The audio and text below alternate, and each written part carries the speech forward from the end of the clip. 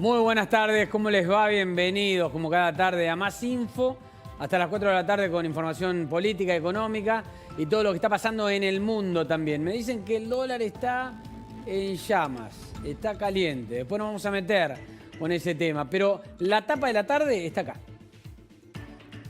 Con estos temas que tienen que ver con lo que está pasando en Córdoba, con los incendios que no dan tregua a los trabajadores que están combatiendo el fuego. Les vamos a contar, vamos a tener una comunicación directa con Córdoba y además también qué es lo que están haciendo las autoridades nacionales. ¿Se puede trabajar o no en coordinación para terminar con los incendios? COVID-19, otro de los temas.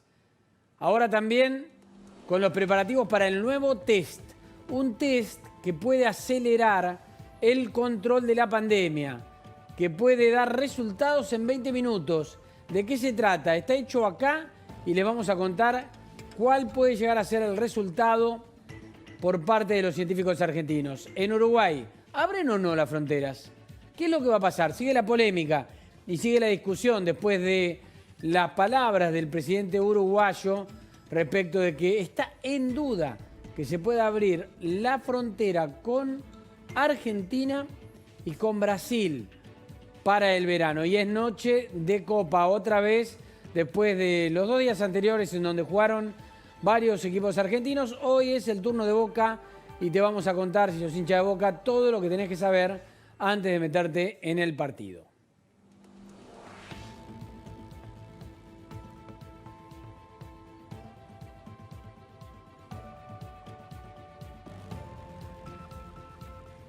Bueno, decíamos que además también, entre otras cosas, la Corte está en horas decisivas porque tiene que resolver varios temas importantes. Entre ellos, el manotazo a la billetera de Rodríguez Larreta y la presentación que hizo el gobierno de la ciudad. Y también el tema de los jueces que pasaron por el Senado y fueron removidos. Las dos cosas, dos temas que la semana que viene tiene que resolver. Bernardo Vázquez, ¿cómo te va? Buenas tardes. ¿Cómo estás, Fernando? Hoy dio un puntapié importante la Corte. Te quería preguntar eso, sobre el tema de la ciudad concretamente, ¿en Sí. qué avanzó? Sí, básicamente lo que hizo fue girar el expediente a la Procuración. Esto es girar la cautelar que presentó el gobierno de Horacio Rodríguez Larreta.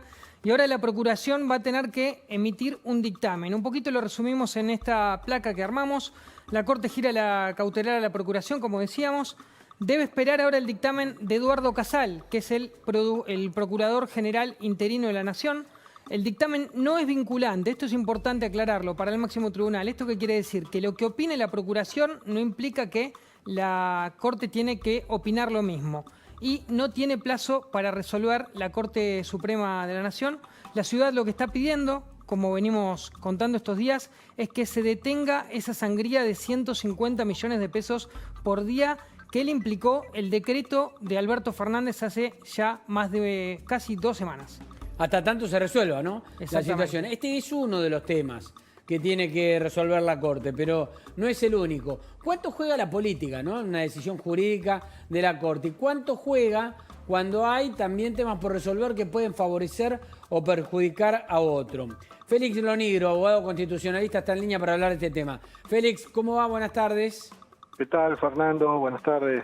¿Cómo estás? Bien, gracias por atendernos. Félix, a ver, son horas decisivas para la Corte, puede resolver rápido, puede planchar los temas que tiene que resolver. ¿Qué es lo que puede pasar? Con respecto al tema de los jueces de Bruglia y de Bertuzzi, la Corte ya lo planchó. O sea, ellos iniciaron un per saltum porque está previsto y legislado en el Código de Procedimientos, y la Corte lo que tiene que hacer cuando se presenta un per saltum es aceptarlo o rechazarlo. En este caso lo único que puso es téngase presente, y el presidente del tribunal, un poco a título personal, dijo lo vamos a tratar. Ahora lo que en su momento, al principio la Corte planchó el tema porque todavía el Senado no se había pronunciado. Bueno, ahora el Senado ya se pronunció, ya les rechazó el pliego. Lo que tiene que hacer la Corte ahora es ser consecuente con la propia acordada que dictó en el año 2018, en la que establecía que para hacer traslados de jueces federales dentro de la justicia federal no hacía falta un acuerdo del Senado.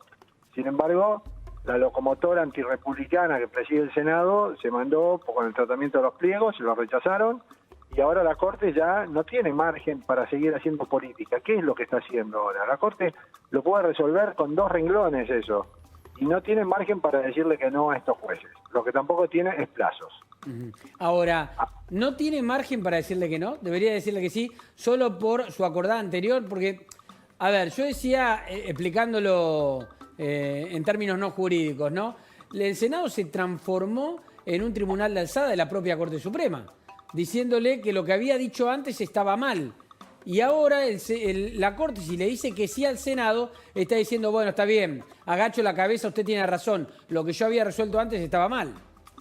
Ese es el papelón, porque justamente cuando la Constitución Nacional lo único que prevé es el sistema de designación y de remoción de jueces, pero no dice absolutamente nada en materia de traslado. Por lo tanto, ahí hay una laguna constitucional que cuando es necesario rellenarla o cuando es necesario darle integridad al ordenamiento jurídico, ahí aparece la Corte Suprema, que es el órgano llamado precisamente a interpretar la Constitución.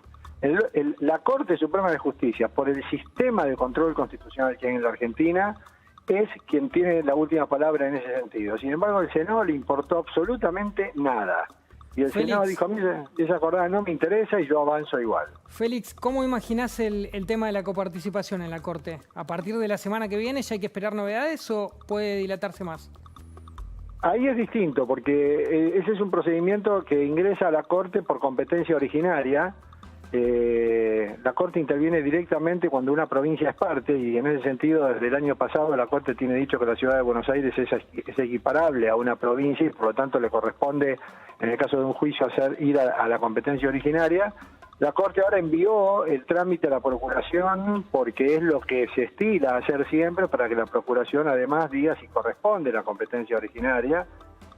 Como dijeron ustedes ahí, la decisión del Tribunal de la Procuración no es vinculante para la Corte, pero la Corte muchas veces respalda sus fallos en los dictámenes de la Procuración.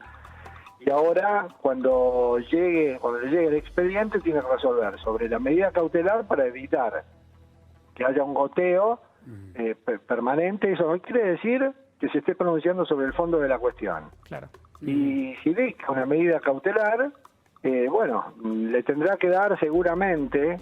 Las medidas cautelares contra el Estado se rigen por una ley especial, y lo que tiene que hacer la Corte es darle traslado de la medida cautelar al Poder Ejecutivo, para que el Poder Ejecutivo le diga cuál sería el daño institucional en el caso de que se concediera esa medida. Por eso tiene 5 días o 3 días en el caso del tipo de proceso que sea. Y después de la cautelar vendrá el juicio común y corriente. Ese es un juicio común y corriente que se desarrolla directamente en la Corte, claro, con traslado de demanda, contestación e inclusive audiencias que la misma Corte puede convocar. Tiene un procedimiento habitual, pero es directamente la Corte. Sí, ahí se saltean las instancias porque entra directamente a la Corte. Ahora, todo eso puede demorar ya un poco más. Lo de Bruglia y Bertuzzi es mucho más fácil resolverlo. Lo de eso ya es un tema que merecerá algún tiempo más, y la Corte otra vez con este tema no tiene plazo. Bien. Félix Lonigro, gracias por el contacto con La Nación Más. A vos, Fernando, un abrazo grande. Chao, hasta luego. Cambiamos de tema y nos vamos a ir al sur. ¿Qué vamos a hablar de? Vamos a hablar de turismo, de vacaciones, vamos a hablar de plata. Vamos a hablar de 4 millones. ¿De 4 millones que hay que pagar? No, que aparentemente va a zafar de pagar este hombre, el diputado Máximo Kirchner. 4 millones que ahora la justicia ordenó que Máximo Kirchner no los pague como deuda fiscal. Está Mariela Arias, nuestra corresponsal allí en Santa Cruz, para hablar de este tema. Mariela, ¿cómo te va? Buenas tardes. Hola, ¿qué tal, Fernando? ¿Cómo estás? Muy bien. Tengo para hacerte un aporte de lo que venían hablando de la justicia, y luego te amplío, si te parece, sobre Fernando. Dale, a ver. Porque acá en Santa Cruz está el conocido caso Sosa, sí, que es de algún modo el antecedente que la Corte tiene y podría mencionar ahora en lo que disponga sobre la situación de los tres jueces que están en el candelero y la causa que mencionaban recién. Recordamos que Eduardo Sosa fue procurador de justicia de la provincia de Santa Cruz, en el año 95, que hubo una ley por el cual lo apartaron del cargo, con la diferencia que no lo dejaron en ningún cargo, lo dejaron afuera sin respetar el principio de inamovilidad de los jueces, y que en ese momento quienes impulsaron esa reforma judicial en la provincia, con el cual lo apartan, era la diputada provincial, Cristina Fernández de Kirchner, y el diputado provincial, Carlos Zanini. Y no estamos hablando de homónimos, estamos hablando de las mismas personas de hace 25 años atrás. Eduardo Sosa nunca fue repuesto en su cargo. Hubo reiterados pedidos y una orden de la Corte Suprema en el año 2010 para que sea repuesto en el cargo de Procurador General de Justicia, es decir, jefe de fiscales. ¿Qué pasó? Nunca fue repuesto. La provincia de Santa Cruz nunca cumplió la orden. Y días pasados, me decía Sosa, 25 años después, 20 años batallando esta causa en la Corte Suprema, que en realidad lo más grave en estos casos es que la Corte no pueda hacer cumplir su fallo. Eso es lo que pasó con la Corte. Y varios de los jueces que tienen que responder, que tienen que resolver en las próximas horas, o no porque no tienen plazo, son los mismos jueces que resolvieron en el 2010 que se ha repuesto y que la provincia de Santa Cruz no cumplió. Me parecía que era un aporte para tener en cuenta en esta causa, ¿no? Exactamente. Seguramente lo tendrá en cuenta la Corte también a la hora de argumentar lo que deba argumentar. Mariela, contame una cosa. Bueno, ¿qué es lo que pasó con estos 4 millones de máximo? Bueno, el tema es el siguiente. Hay un condominio, cuando Néstor Kirchner se murió, se hace una sucesión y pasan 18 propiedades a ser como herederos Máximo Florencia y la vicepresidenta. Sí. La vicepresidenta los cede a los hijos y conforman un condominio de inmuebles, de 18 inmuebles. Hay otras propiedades más que tienen, pero acá estamos hablando puntualmente de 18 inmuebles. Este condominio era administrado por él, entonces, mano derecha de ellos, el contador Alejandro Manzanares, hasta que lo apartan la justicia, queda detenido y hay una intervención judicial sobre este condominio. Bueno, está intervenido hace 4 años. Entonces, por un lado tenés al condominio, que es lo que se denomina una persona jurídica, y por otro lado los condóminos, es decir, los que integran el condominio, que son Máximo y Florencia. La justicia, la administración judicial, fue pagando las deudas del condominio, que se genera como persona jurídica. Pero quienes administran el condominio no pueden pagar las deudas de los condóminos, es decir, de Máximo y Florencia. ¿Qué pasaba? Máximo y Florencia decían que las cargas tributarias que les generaba tener esa propiedad de los inmuebles lo tenía que pagar la justicia porque ellos no los estaban recibiendo a los fondos. No las van a recibir porque estaban intervenidos judicialmente. Entonces,